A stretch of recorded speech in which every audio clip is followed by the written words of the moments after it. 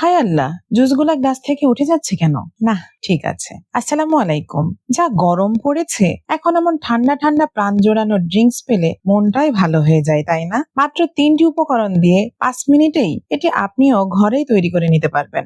এর জন্য প্রথমেই লাগছে আমাদের আম। এখানে আমি হিমসাগর আম নিয়েছি, আপনারা যে কোনো ধরনের আম নিতে পারেন। আমটিকে আমি কেটে নিচ্ছি। দেখতেই পারছেন কতটা রসালো আম। আম খেতে কে কে পছন্দ করেন অবশ্যই কমেন্ট করে জানাবেন। যে যে পছন্দ করেন না তারাও কমেন্ট করে জানাবেন। একইভাবে আমি আমগুলাকে কেটে বাটিতে নিয়ে নিচ্ছি। এখন একটি ব্লেন্ডার জার নিয়ে তাতে আগে থেকে জাল করে ঠান্ডা করে রাখা দুধ নিয়ে নিচ্ছি কেটে রাখা পাকা আম, দিচ্ছি স্বাদ মতো চিনি। এখন ব্লেন্ডার জারে ঢাকনা দিয়ে এগুলাকে ভালোভাবে ব্লেন্ড করে নিচ্ছি। খেয়াল রাখবেন আম, চিনি এবং দুধের পরিমাণ যেন ঠিক থাকে। অতিরিক্ত চিনি হয়ে গেলে যেমন ড্রিঙ্কসটি খেতে ভালো লাগবে না, আবার অতিরিক্ত ঘন হয়ে গেলেও ড্রিঙ্কসটি খেতে ভালো লাগবে না। হয়ে গেছে আমাদের ব্লেন্ড করা। এখন দেখেন কেমন হলো, দেখতে পারছেন কেমন ঘন হয়েছে, একদম পারফেক্ট। এখন গ্লাসে ঢেলে নিচ্ছি। কয়েক টুকরা বরফ দিতে যেন ভুলবেন না। এখন এটিকে আরো মজার করার জন্য দিচ্ছি ম্যাঙ্গো আইসক্রিম।